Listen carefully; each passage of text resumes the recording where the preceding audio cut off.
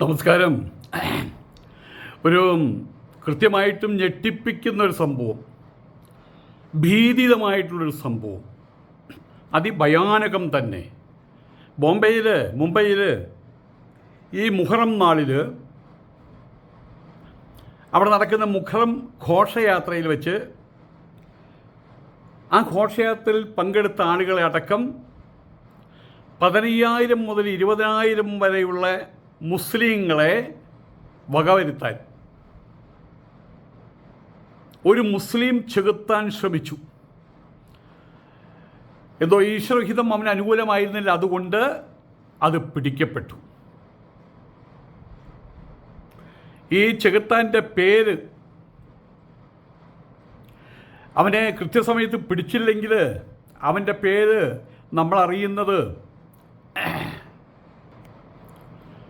കൃത്യസമയത്ത് ഭാരതമാതാവിൻ്റെ ഭാഗ്യമെന്നേ പറയേണ്ടൂ. കൃത്യസമയത്ത് അവനെ പിടിക്കാൻ പറ്റിയില്ലെങ്കിൽ അവൻ്റെ പേര് നമ്മൾ അറിയുക എന്താണെന്ന് അറിയാമോ? അവനെവിടേക്കെങ്കിലും ഓടി രക്ഷപ്പെടും. ആളെ പിടികിട്ടിയില്ലെന്ന് വയ്ക്കുക, അവൻ്റെ പേര് പ്രേംജി. അതാണ് നമ്മൾ അറിയുക. പിന്നീട് മനസ്സിലാക്കുന്നത് അവൻ്റെ പേര് പ്രേംജി എന്നുള്ളതിൻ്റെ ഒപ്പം അവന് കൃത്യമായിട്ട് വേറെയും പേരുണ്ട്, ഫയാസ് പ്രേംജി. ഫയാസ് പ്രേംജി എന്ന് മാത്രമല്ല, അവൻ്റെ മുഴുവൻ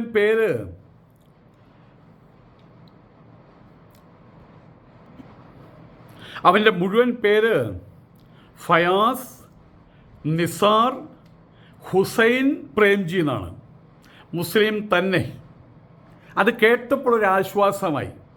ഇപ്പം ഞാനിത് പറയുന്ന സമയത്ത് എൻ്റെ ഉള്ളിൽ ഒരു മത തീവ്രവാദം ഉണ്ടെന്ന് തോന്നും. ഞാൻ പറയുന്ന വാക്കുകളിലൊരു ക്രൂരതയുണ്ടെന്ന് തോന്നും. പക്ഷെ ഞാൻ പറയുന്നതിൽ ചില കാര്യങ്ങളുണ്ട്, വിശദാംശങ്ങൾ പുറകിൽ. ഞെട്ടിപ്പിക്കുന്ന വാർത്ത, കൃത്യമായിട്ട് ഞെട്ടിപ്പിക്കുന്ന വാർത്ത. ഇത് സ്ഥിരം കേൾക്കുന്നതാണല്ലോ, അതുപോലെ ഇതും വിട്ടുകളയാൻ ഇത് ഞെട്ടിപ്പിക്കുന്ന വാർത്ത എന്ന് പറഞ്ഞ് വിട്ടുകളയാൻ ശ്രമിച്ചതാണ്. പക്ഷെ കൂടെ വന്നപ്പോഴാണ് ഇത് സത്യത്തിൽ ഞെട്ടിപ്പിക്കുന്ന വാർത്തയാണ് മനസ്സിലായത്. മുംബൈയിൽ മുഹറത്തിനിടയിൽ നടന്ന ഘോഷയാത്രയിൽ ആണ് ഈ സംഭവം ഉണ്ടായത്. 15,000 മുതൽ 20,000 വരെയുള്ള ആളുകളെ, മുസ്ലിങ്ങളെ കൊന്നു തള്ളാൻ നടത്തിയ ഹീനമായിട്ടുള്ള ശ്രമം, ഭയാനകമായിട്ടുള്ള ശ്രമം, ഈശ്വരൻ്റെ ഇടപെടൽ എന്നേ പറയാനാവുള്ളൂ. ആ ശ്രമം വിജയിച്ചില്ല. ഭാരതം നാളിതുവരെ അനുഭവിച്ചിട്ടില്ലാത്തൊരു വൻ ദുരന്തത്തിൽ നിന്ന് ഭാഗ്യം കൊണ്ട് മാത്രം രക്ഷപ്പെടുകയായിരുന്നു എന്ന് വേണം മനസ്സിലാക്കാൻ. ബോംബെയിലെ റേ റോഡുണ്ട്. ബോംബെയിലെ റേ റോഡിൽ റഹ്മത്താബാദ് ശ്മശാനത്തിൻ്റെ മുമ്പിലാണ് സംഭവം. അവിടെ നടന്ന മുഹറം ഘോഷയാത്ര, അതിൻ്റെ ഇടയിലാണ് ഈ വലിയ കൂട്ടക്കൊലയ്ക്ക് അവന് മുസ്ലിം തന്നെ, ഈ ഒരുവൻ ശ്രമം നടത്തിയത്. ആരാണ് അയാൾ? ഞാൻ തിരഞ്ഞത് ഇയാളുടെ മതമാണ് തിരഞ്ഞത്. കുറേ തപ്പി, അത് കണ്ടില്ല. മുംബൈയിൽ എനിക്ക് അറിയാവുന്നവരെ വിളിച്ചു ചോദിച്ചു. അവരും കയറിയിട്ട് ഒരു ഫയാസ് പ്രേംജിയാണെന്നറിയാം, അയാളുടെ മതം എന്താണെന്ന് അറിയില്ല, മുസ്ലിമാണെന്ന് തോന്നുന്നു. ഫയാസ് എന്ന് കേൾക്കുമ്പോൾ മുസ്ലിമാണെന്ന് തോന്നുന്നു. എങ്കിലും നമ്മൾ ഏറ്റുവാങ്ങുമ്പോൾ, നമ്മുടെ സുഹൃത്തോട് പറയുമ്പോൾ അതിന് അത് നമ്മൾ കൃത്യമായിട്ട് കൺഫേം ചെയ്യണമല്ലോ. എന്താണ് അവൻ സാധനം എന്ന് കൺഫേം ചെയ്യണമല്ലോ. ഏതായാലും അതൊരു മുസ്ലിം പേര് തന്നെയാണെന്ന് പിന്നീട് മനസ്സിലാക്കാനായി. എന്നിട്ട് മുറപ്പിന് വേണ്ടി കാത്തിരുന്നു. ഒടുവിൽ പിടികിട്ടി. ഫയാസ് നിസാർ ഹുസൈൻ പ്രേംജി എന്നാണ് പേര്. ഉറപ്പായി മുസ്ലിം. ഞാൻ മതം തെരഞ്ഞത് എന്തിനു വേണ്ടിയിട്ടായിരുന്നു? ഇന്ത്യയുടെ സാഹചര്യം അറിയാമല്ലോ, ലോകത്തിൻ്റെ തന്നെ സാഹചര്യം അറിയാമല്ലോ. ഇസ്ലാമിസ്റ്റുകൾ ഒളിഞ്ഞും തെളിഞ്ഞും സംഘപരിവാർ ഭരിക്കുന്ന ഭാരതത്തിൽ തീ പടർത്താൻ കൊണ്ടുപിടിച്ച ശ്രമം നടത്തിക്കൊണ്ടിരിക്കുകയാണ്. അതെല്ലാവർക്കും അറിയാവുന്ന കാര്യമാണ്. മുസ്ലിം തീവ്രവാദികൾ അഥവാ തീവ്രവാദികളായിട്ടുള്ള മുസ്ലിങ്ങൾ എടുത്തു പറയാൻ കാരണം, ഞാൻ പറയുന്ന സമയത്ത് പലപ്പോഴും നിരപരാധികളായിട്ടുള്ള നല്ലവരായിട്ടുള്ള ഭാരതീയരായിട്ടുള്ള മുസ്ലിങ്ങളുടെ മേലെ പോലും ആ ചെളി തെറിക്കുന്നുണ്ട് അവർ കംപ്ലയിൻറ്റ് പറഞ്ഞുകൊണ്ടാണ് എടുത്തു പറയുന്നത്. മുംബൈ ഭരിക്കുന്നത് ആരാണ്?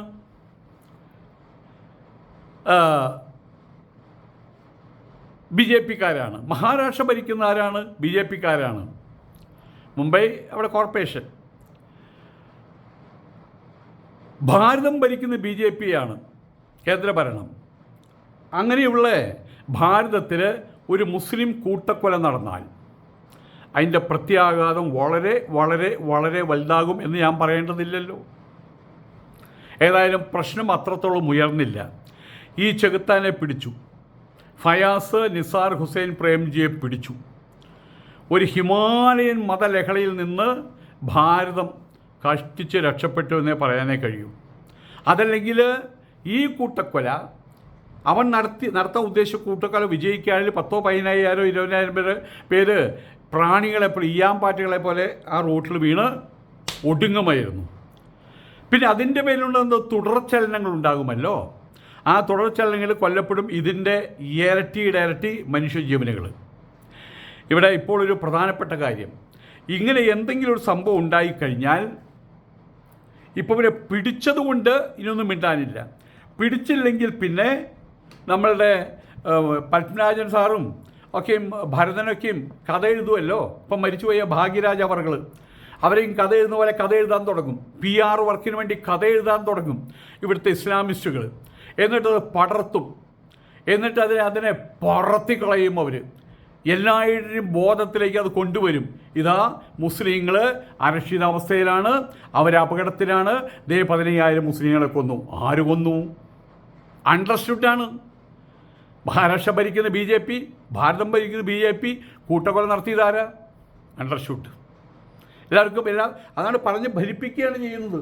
ഇപ്പോൾ നമുക്ക് എല്ലാവർക്കും അറിയാം ഇവിടെ നമ്മളെ കാസർഗോഡ് നടന്ന സംഭവം. പാവപ്പെട്ടവരെ ബോധിപ്പിച്ചിരിക്കുകയാണ് അവിടെ. ഇന്ന് സൂര്യൻ ഉദിച്ചത് പടിഞ്ഞാറാണ് എന്ന് പറഞ്ഞ് പ്രതിഫലിപ്പിക്കാൻ, ആ ബോധം മറ്റുള്ളവരെ പാവപ്പെട്ട മുസ്ലിങ്ങളുടെ ഉള്ളിലേക്ക് കയറ്റിവിടാൻ ഇപ്പോൾ ഭയാനകമായിട്ടുള്ള ടെറിബിൾ വർക്ക് നടക്കുകയാണ്. PR work. എല്ലാ പിള്ളേരും അതിൻ്റെ വക്താക്കളായിരിക്കുകയാണ്. എവിടെയെങ്കിലും ഒരു സോഴ്സിൽ നിന്ന് അവർക്ക് ന്യൂസ് വരും, ഇങ്ങനെ പറഞ്ഞാൽ മതിയടാ. അവിടെ നാരായണൻ എന്ന് പറഞ്ഞ സ്വയം സേവകൻ മരിച്ചു. അയാൾ അനാഥാലയത്തിലാണ് ഉണ്ടായിരുന്നത്. ആ അനാഥാലയം ആ ശവം ഏറ്റെടുക്കാൻ അയാളുടെ ഭാര്യ മക്കൾ ആരും തയ്യാറായില്ല. അവർക്ക് ഗതിയില്ലാത്തവരാണ്. അപ്പം നിങ്ങൾ തന്നെ അത് വേണ്ട പോലെ ദഹിപ്പിച്ചോളൂ എന്ന് പറഞ്ഞു. ഈ സംഭവം അവിടെയുള്ളൊരു മഠത്തിലറിഞ്ഞു. ആ സ്വാമി മഹാരാജ് ഉടനെ തന്നെ അവരുടെ സേവാഭാരതിയെ വിളിച്ചു പറഞ്ഞു.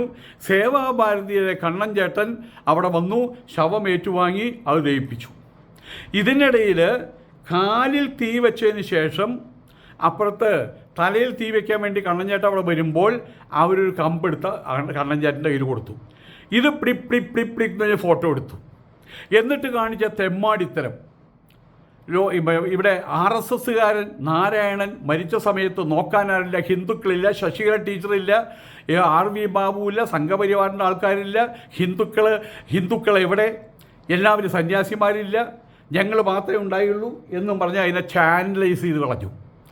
ഇന്നിപ്പോൾ കേരളത്തിൽ എല്ലാ കൊജ്ഞാണന്മാരും അതാണ് പറയുന്നത്. അതിൻ്റെ പുറകിലുള്ള സത്യം അത് വലിയ വായിൽ പറഞ്ഞിട്ടുണ്ടെങ്കിലും വനരോധനമായിട്ട് കലാശിക്കുകയാണ്. കാരണം എന്താണ്?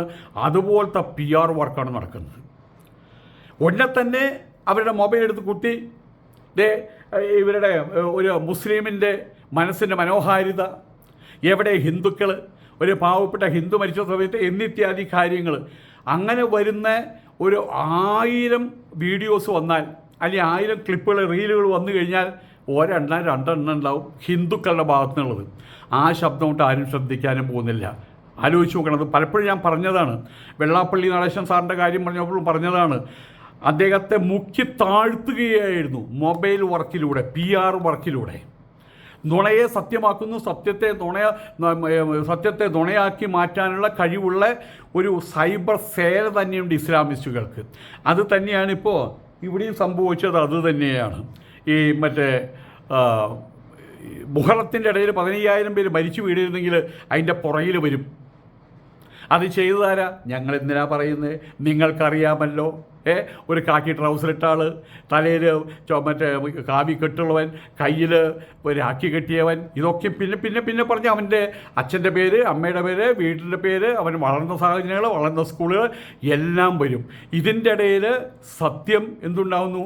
സത്യം പതുക്കെ നടക്കാൻ തുടങ്ങും. അപ്പോഴേക്കും അസത്യം 3 വട്ടം ഈ ലോകത്തെ ചുറ്റി കഴിഞ്ഞിട്ടായിരിക്കും. അവിടെ തോൽക്കുന്നത് സത്യമായിരിക്കും. എന്തോ ഭാഗ്യത്തിന് ഭാരതമാതാവിൻ്റെ കൃപ, അല്ലെങ്കിൽ ഭാരതമാതാവിനൊരു പുണ്യമുണ്ട്. അവർ വളരെ ദുഃഖിതയാണ്, പക്ഷെ പുണ്യമുണ്ട്. അതുകൊണ്ട് ഈശ്വരഹിതം ആ കൊലയാളിക്ക് അനുകൂലമായിരുന്നില്ല. അവൻ പിടിക്കപ്പെട്ടു. അവൻ കൃത്യമായിട്ട് മറ്റതാണ് സാധനം മനസ്സിലായി. അവൻ്റെ ബുദ്ധി മുക്കാല് ബുദ്ധിയാണ്. ഏതായാലും അവനെ പിടിച്ചു. അവൻ മുസ്ലിമാണെന്ന് തെളിഞ്ഞു. സംഭവമുണ്ടായത് മുംബൈയിലാണ്. ഈ സംഭവം അരങ്ങേറിയത്.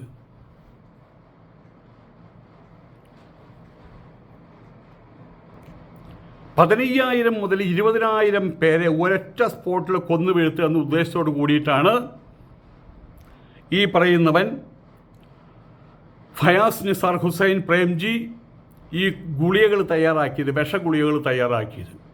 ബോംബെയിൽ ഘോഷയാത്ര നടത്തുന്ന സമയത്താണ് ഈ വിഷഗുളികകൾ എന്തോ ഭാഗ്യത്തിന് അവിടെയുള്ള ചില സ്ത്രീ വോളണ്ടിയർമാർ സംശയം തോന്നി അവർ മുഖാന്തരമാണ് ഈ സംഭവം പുറത്തറിഞ്ഞത്. അവസാനം ബൈക്കുള പ്രദേശത്തു നിന്നാണ് ഇവനെ മറ്റേ എന്തായാലും പറയുക, അവൻ്റെ പേര് ഫയാസ് നിസാർ ഹുസൈനെ പിടികൂടിയത്. എലിവിഷത്തിൽ അതുപോലെ മറ്റ് കീടനാശിനികളിലും ഉപയോഗിക്കുന്ന, ഇത് അതുപോലെ ഉപയോഗിക്കുകയല്ല, മറ്റു പലതും കൂട്ടിച്ചേർത്ത് ഡൈല്യൂറ്റഡ് ആയിട്ട്. കാരണം അതിൻ്റെ അബ്സ്ട്രാക്റ്റാണ് സിങ്ക് ഫോസ്ഫൈഡ് എന്ന് പറഞ്ഞ ഒന്ന്. സിങ്ക് ഫോസ്ഫൈഡ്, ഈ സിങ്ക് ഫോസ്ഫൈഡ് എന്ന് പറയുന്ന മാരകമായിട്ടുള്ള രാസ സംയുക്തമാണ് ഈ ക്യാപ്സൂളുകളിൽ അയാൾ അടക്കി വെച്ചിരുന്നത്.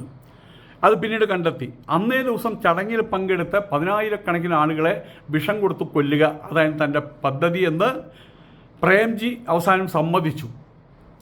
റേ റോഡിലെ റഹ്മത്താബാദ് സെമിത്തേരിക്ക് സമീപം മുഹറം ഘോഷയാത്രയിൽ പങ്കെടുത്തവർക്കാണ് ഇവൻ ഈ ഫയാസ് റഹ്മാൻ ഹുസൈൻ ഗുളികകൾ വിതരണം ചെയ്തത്. ജനത്തിരക്ക് മുതലെടുത്തിട്ട്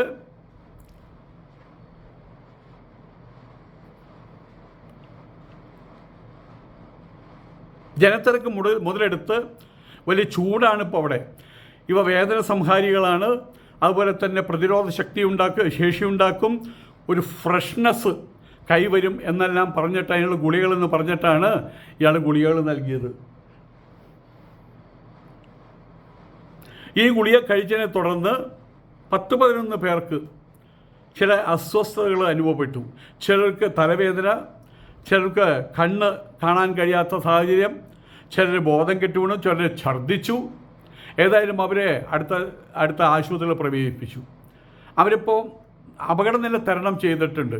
ഗുളിക കഴിച്ച സൽമാൻ സയ്യിദ് എന്നയാൾക്ക് കടുത്ത വയറുവേദന, ഛർദ്ദി അനുഭവപ്പെട്ടിരുന്നു. പ്രതി ക്യാപ്സൂളുകളിൽ സിങ്ക് ഫോസ്ഫൈഡ് കലർത്തിയതായത് deputy police commissioner Jayant Meena പിന്നീട് സ്ഥിരീകരിക്കുകയുണ്ടായി. ഗുളികൾ കൈവശം വയ്ക്കാനോ വിതരണം ചെയ്യാനോ ഇയാൾക്ക് യാതൊരുവിധ അനുമതി ഉണ്ടായിരുന്നില്ലെന്നും അദ്ദേഹം കൂട്ടിച്ചേർത്തു. പോലീസ് പ്രതിയുടെ കയ്യിൽ നിന്ന് ഗുളികളുടെ ശേഖരം പിടിച്ചെടുക്കുകയുണ്ടായി. ഏകദേശം 14,900 ഗുളികകൾ തന്നെ ഉണ്ടായിരുന്നു. എന്നാൽ ഇതിനകം തന്നെ വളരെ വലിയ അളവിൽ ഗുളികകൾ ജനങ്ങൾക്ക് വിതരണം ചെയ്യപ്പെട്ടിട്ടുണ്ടെന്നാണ് പ്രാഥമിക നിഗമനം. 3 വനിതാ സന്നദ്ധ പ്രവർത്തകർ അവിടെ ഉണ്ടായിരുന്നു, വളണ്ടിയർമാരായിട്ട് അവിടെ ഉണ്ടായിരുന്നു. അവരുടെ ജാഗ്രതയാണ് വെള്ളിയാഴ്ച 10,000-കണക്കിന് ആളുകളുടെ ജീവൻ രക്ഷിക്കാൻ കാരണമായത്. പ്രതി ഇങ്ങനെ ഓരോരുത്തരും ഈ ക്യാപ്സൂൾ കൊടുക്കുന്നു. അയാൾ ആരാണെന്ന് അറിയില്ല. ഇവിടെ വളണ്ടിയർമാരായിട്ടോ പോലീസ് സേനയിലുള്ള ആളുകളായിട്ടോ ഒന്നുമല്ല അയാളെക്കുറിച്ച് സംശയം തോന്നി. ഏതായാലും ആ സംശയാസ്പദമായിട്ടുള്ള രീതി വന്ന സമയത്ത് ഗുളികൾ വിതരണം ചെയ്യുന്നത് ഇവരുടെ കൂട്ടത്തിൽപ്പെട്ട ഒരാളാണെന്ന് അവർ ആദ്യം കരുതിയത്. പക്ഷേ ശ്രദ്ധിച്ചു വന്നപ്പോൾ എന്തോ ശരിയല്ലായ്മ തോന്നി. സന്നദ്ധ പ്രവർത്തകരായിട്ടുള്ള ആളുകൾ ഉടൻ തന്നെ ഇയാളെ തടഞ്ഞു, പോലീസിന് വിവരം അറിയിച്ചു. കൂടാതെ ഈ ഗുളികൾ ആരും കഴിക്കരുതെന്ന് ആവശ്യപ്പെട്ടുകൊണ്ട് ഉച്ചഭാഷയുടെ എല്ലായിടത്തും വിളംബരവും ചെയ്തു. ഇയാളെ പിടിച്ച് ചോദ്യം ചെയ്തപ്പോഴാണ് പ്രതിരോധശേഷി വർദ്ധിപ്പിക്കുന്ന ഗുളികകളാണെന്ന് പ്രതി സന്നദ്ധ പ്രവർത്തകരോട് പറഞ്ഞത്. എന്നാൽ സംശയം തോന്നി അവർ ആ ക്യാപ്സ്യൂൾ പൊട്ടിച്ചു നോക്കിയ സമയത്ത് അതിനകത്ത് പൊടി രൂപത്തിലുള്ള പദാർത്ഥം കണ്ടെത്തി. ഉടൻ തന്നെ പോലീസിനെ വിളിക്കുകയാണ് ചെയ്തത്. ഈ പറയുന്ന ഇസ്ലാമിസ്റ്റ്, ഈ പറയുന്ന ഫയാസ് നിസാർ ഹുസൈൻ, അയാളുടെ സംഭവ സ്ഥലത്ത് വെച്ച് തന്നെ പോലീസ് കസ്റ്റഡിയിലെത്തു ഗുളികകൾ പിടിച്ചെടുക്കുകയും ചെയ്തു. ഇവ വിശദമായിട്ടുള്ള ഫോറൻസിക് പരിശോധനയ്ക്ക് അയച്ചു. അപ്പോഴാണ് അറിയുന്നത് ഇത് പോയസനാണെന്ന് അറിയുന്നത്. ഘോഷയാത്രയിൽ പങ്കെടുത്ത ആയിരക്കണക്കിന് ആളുകളെ കൊല്ലുക, അതായിരുന്നു തൻ്റെ ലക്ഷ്യമെന്ന് ഇവൻ പോലീസിനോട് സമ്മതിച്ചു. ഏകദേശം 15,000 പേരെ എനിക്ക് കൊല്ലണമായിരുന്നു. ഇതാണ് അയാൾക്ക് പോലീസിന് നൽകിയ മൊഴി. BBA ബിരുദധാരിയാണ് ഇയാൾ ഇറാനിലായിരുന്നു, ഇറാഖിലായിരുന്നു, മറ്റു അറേബ്യൻ കൺട്രീസും ഇയാൾ സന്ദർശിച്ചിട്ടുണ്ടെന്ന് അന്വേഷണത്തിൽ വ്യക്തമായി. ഭാരതീയ ന്യായ സംഹിതയിലെ സെക്ഷൻ 123 കുറ്റകൃത്യം ചെയ്യണമെന്ന ഉദ്ദേശത്തോടുകൂടി വിഷം നൽകി പരിക്കേൽപ്പിക്കുക പ്രകാരമുള്ള ബൈക്കുള പോലീസ് സ്റ്റേഷനിൽ ഇയാൾക്കെതിരെ കേസ് രജിസ്റ്റർ ചെയ്തിട്ടുണ്ട്. സംഭവത്തിൻ്റെ പിന്നിൽ എന്തെങ്കിലും ഭീകരവാദ ബന്ധങ്ങളുണ്ടോ എന്നും ഇതിൻ്റെ പിന്നിൽ പ്രവർത്തിച്ച മാസ്റ്റർ മൈൻഡ് ആരാണെന്നും ഇപ്പോൾ പോലീസ് കണ്ടെത്താൻ ശ്രമിച്ചുകൊണ്ടിരിക്കുകയാണ്. നമ്മളിവിടെ മനസ്സിലാക്കേണ്ട ഒരു കാര്യം, പറയുന്ന സമയത്ത്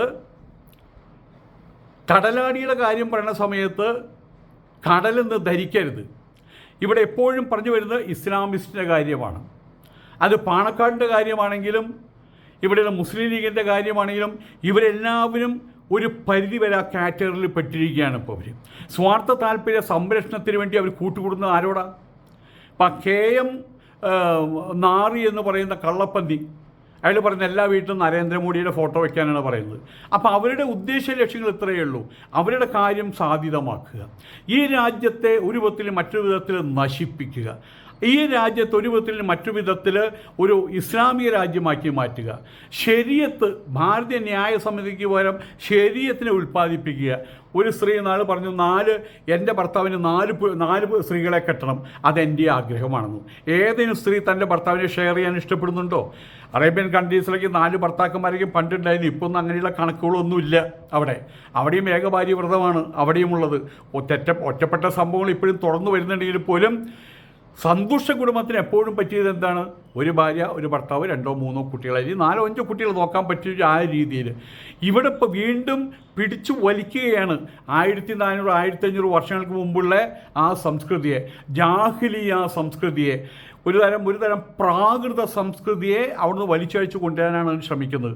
ആ ശ്രമിക്കുന്ന മുസ്ലിങ്ങളുടെ പേരാണ് ഇസ്ലാമിസ്റ്റുകൾ. അവരാണ് മുസ്ലിം തീവ്രവാദികൾ, അഥവാ തീവ്രവാദികളായിട്ടുള്ള മുസ്ലിങ്ങൾ. അവരുടെ കാര്യമാണ് കഴിഞ്ഞ കുറച്ച് കാലമായിട്ട് ഞാൻ ഈ പറഞ്ഞുകൊണ്ടിരിക്കുന്നത്. അതിൻ്റെ പേരിൽ ഒരു കാരണവശാലും മനസ്സിൽ നന്മയുള്ള, മനസ്സിൽ ഇസ്ലാം ഉള്ള ഒരു മുസ്ലിമും ഒരിക്കലും വേവലാതിപ്പെടേണ്ട ഒരു കാര്യവുമില്ല. നമസ്കാരം.